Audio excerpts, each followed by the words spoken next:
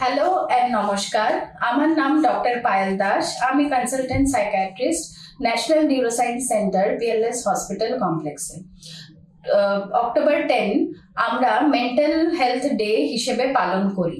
তো এই বছর mental health day October 10, 2023 theme হয়েছে mental health is an universal human right. এই ডে হিসেবে আমি কিছু কথা আপনাদের সঙ্গে বলতে চাই।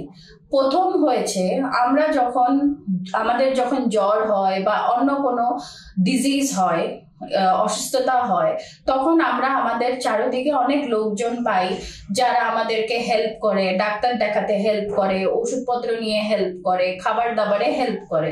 সিমিলারলি কারো যদি মেন্টাল ইলনেস হয়, কেউ যদি ডিপ্রেশনে ভুগছে অথবা ভুলভাল কথা বলছে অথবা রাত্রেবেলা কম ঘুমোচ্ছে, সে কিন্তু আমার প্র্যাকটিসে দেখা সেরকম কিন্তু আশেপাশে লোকজন থাকে না।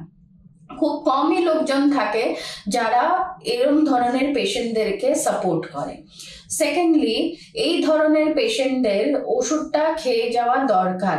আজকালকার দিনে, এই যুগে, মডার্ন এজে ওষুধ এত অ্যাডভান্স হয়ে গেছে যে ওষুধ নিয়ে একজন ছাত্র তার পড়াশোনাটা কন্টিনিউ করতে পারে, চাকরি জীবনটা কন্টিনিউ করতে পারে।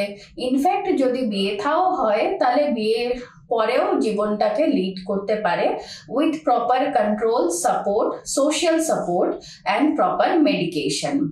আমরা অনেক সময় দেখি যে এই ধরনের পেশেন্টদেরকে পাগল বলা হয়, যার জন্য পেশেন্টরা ওষুধটা কন্টিনিউ করতে চায় না। তো এই স্টিগমাটাকেও আমাদের সোসাইটির উচিত এই স্টিগমাটাকে দূর করা আর ওদেরকে সেই ডিগনিটি আর রেসপেক্ট দেওয়া, যেই ডিগনিটি রেসপেক্ট আমি একজন ক্যান্সার পেশেন্ট বা অন্য কোনো পেশেন্টকে দিচ্ছি।